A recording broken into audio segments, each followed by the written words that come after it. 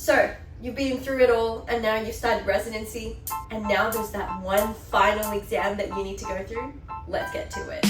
Hey, what's up guys? My name is Dr. Slayman and in this video we're going to talk about the Step 3 registration. I know, you finished Step 1, you finished Step 2 and this is the absolute last thing that you want to do. But let's get to it together. So as you can see in front of you, unlike Step 1 and Step 2, the Step 3 process is on the FSMB website. So we're going to make an account right now, and I'm going to link that, by the way, in the description below. And let's get started. So let's start with the eligibility period. You want to sign up for this exam in advance. It needs to be done only in the US, and it takes around 2 weeks for processing. And keep in mind, after this entire process, you still need to go and register for the exam and sign up for the exact site that you want it at. And sometimes the popular ones are not available, or at least it'll take about a month or two to find the testing center that you like. So you're going to confirm your contact information, and then you're going to confirm your identity, and then next you have to upload a photograph. It's the same one that I used on my J1 visa. And then you download this form and you need to notarize it. So how I did it was with an online notary. So the website's onlinenotary.us. Be careful with the time zone and the timing slots. So how this works is similar to the Step 1 process where you have your identification and you hold it next to you.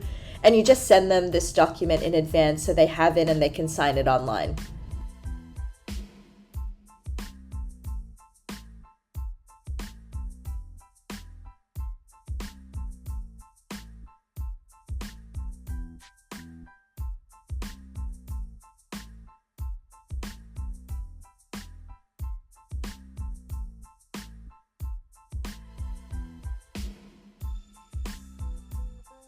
Okay, let's go back to the application. So here we will upload the notarized form.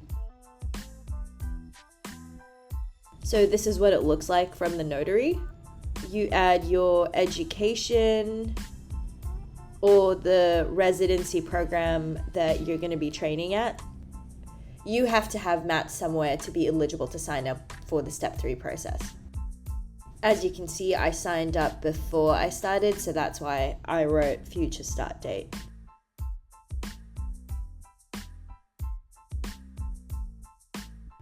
Another hefty sum here. Keep in mind that most residency programs pay for your USMLE, so before you start, it would be wise to reach out to them and see if they cover the costs or not, and how to go about it. I reckon when I initially started, they covered a small percentage of it. It was like 50% or something, but that was still significantly better than forking all of this money out on my own. So everything I've shown you guys was the official sign up and payment of the fee. But after this, you get the scheduling permit, and as with every other exam, you go to the Prometric website to book it in advance. So what is the Step 3 exam? The Step 3 exam is the final step of the series. After you finish Step 1 and Step 2, it can only be done in the States, and it spans over 2 days. So it's about 7 hours, like 6 blocks of 38 to 39 questions on day 1.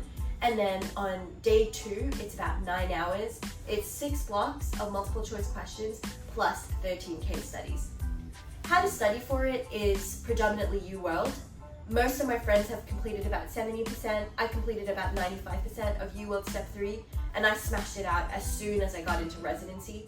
My logic was that I didn't want to forget things from before, and also the further along the process in the surgical program that I end up being, the more I'm going to forget the more basic things and things like peds or gynecology, because we don't deal with it as often.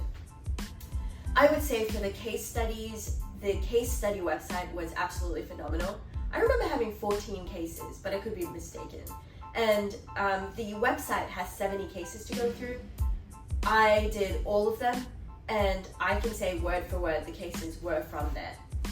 it's a great learning resource, and it's great as a resident as well because you go systematically through the problem and you kind of understand the thought process. I would say for the cases, you want to have a strategy, and what I mean by that is you want to start off with, obviously reading the scenario, and then for the physical exam, you don't lose points by clicking on all of them, so you might as well click on all of them. And then you click, and then you have to type in the test, which is a little bit harder. And then finally, if you finish everything a little bit early on and the screen doesn't close, or even routinely, I would say get into the habit of ordering tests like smoking cessation clinic, STD checkups, colonoscopy screening. And it's predominantly based off of the age of the individual and whatever happened in the scenario. Another thing I want to mention is that between day 1 and day 2, you have 2 weeks. When I got to sit my step 3, I didn't have time because of how the schedule was, so I did it on a Saturday and a Sunday. If you have more time, and to be honest, what I've read on Reddit was that people use the 2 weeks to read up on more clinical cases. So you definitely try to book it in advance. When I tried booking it, it was a little bit hard closer to the time of the exam. Moreover, most programs cover the cost, so I would say definitely email your program and see if they reimburse you for the test. It's about $1,000. It is definitely not a cheap exam, but if you get reimbursed, it's not a bad thing. And also, if you are considering getting a H-1B visa, please remember that you need to sit this exam prior to mid-April. Each program is different to apply for the H-1B visa. Alrighty guys, hope this helped you guys, and good luck with your intern year.